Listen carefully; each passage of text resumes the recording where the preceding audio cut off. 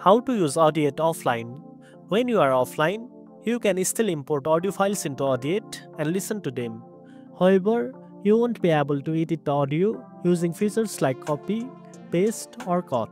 These editing tools requires an internet connection, so keep that in mind when working offline. You can still apply some built-in effects such as volume leveling and noise removal. These effects help improve your audio quality even without being connected. While offline, you have the ability to increase or decrease the volume of your audio tracks easily. This is useful for quick adjustments when you don't have access to full editing tools. But one important thing to remember is that you cannot export your project while offline. Exporting audio files need an internet connection, so you'll have to wait until you are back online to save your final work.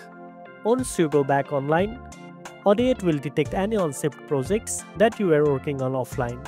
At this point, you get two options: either delete the unsaved project or let Audiate automatically save it for you. This helps prevent losing your work and keeps your projects organized. Keep in mind that working offline is best for simple tasks and quick fixes.